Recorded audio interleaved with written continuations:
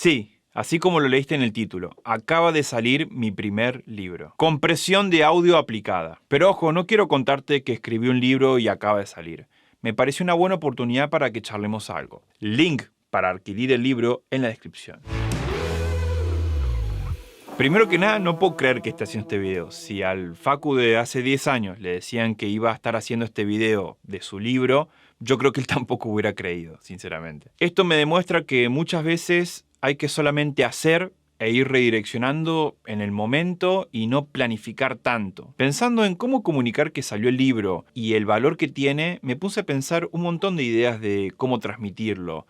Y no quería caer en el cliché de este es el libro que me hubiera gustado leer cuando comencé. Calculo que todas las personas que crean contenido pedagógico crean el contenido que les hubiera gustado leer a ellas mismas cuando estaban capacitándose. Y seguramente yo me capacité con los libros de los ingenieros que a lo mejor ellos quisieron leer cuando se estaban capacitando. Así que me pareció más interesante contarles cómo nació la idea del libro. En pandemia, Luis Primo me escribe porque estaba creando un material para su clase en la Tecnicatura de Sonido y me preguntó si me lo podía enviar para que yo le hiciera algunos comentarios. Y obviamente le dije que sí. Revisando el material y debatiendo con Luis, le comento que la parte que más me había gustado era la parte de dinámica, como la había encarado, porque lograba darme un punto de vista que no había tenido yo de la compresión hasta el momento. Quiero decir, ya trabajaba obviamente con compresores, los conocía y le conocía todos los términos que tenían, pero ese punto de vista que él tenía sobre la dinámica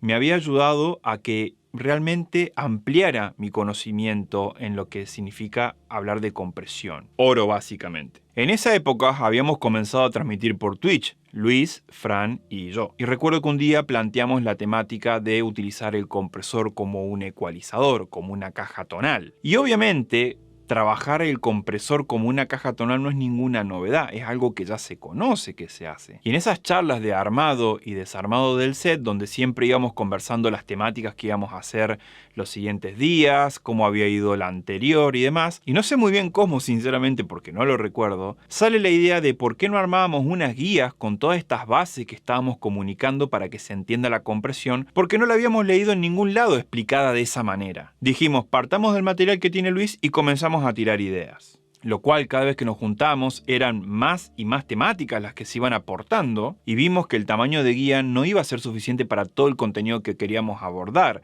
porque realmente nos parecía todo importante para que se termine de entender el concepto general, la compresión. Y en forma de chiste empezamos a jugar, bueno, será un libro, nuestro libro. Y cada vez que lo íbamos diciendo, se iba metiendo en nuestra cabeza la idea y dijimos, vamos por el libro entonces. Y comenzamos una odisea que nos trajo hoy a que esté materializado. La cantidad de cosas que aprendimos en el camino realmente no tienen precio. No solamente porque aprendimos compresión en sí para poder experimentar y poder explicarla, sino que al mismo tiempo, mientras estábamos estudiando para poder escribir lo que queríamos decir, nos dábamos cuenta que podíamos hacer algo más con ese compresor. Y eso era una locura porque nosotros estábamos aprendiendo mientras escribíamos el libro. Y no solamente eso, una cosa es entender lo que está haciendo un compresor, pero al mismo tiempo a cómo comunicarlo, a cómo hacemos para que el contenido no sea pesado y se pierdan en el camino, que sea pedagógico, que al mismo tiempo sea inspirador. Y todo ese contenido yo hoy siento que lo tengo adentro y no lo podría tener si no hubiera sido porque escribimos este libro. Escribir un libro es muy difícil realmente, pero a medida que se lo íbamos comentando a colegas sobre lo que estábamos haciendo y el enfoque que le estábamos dando,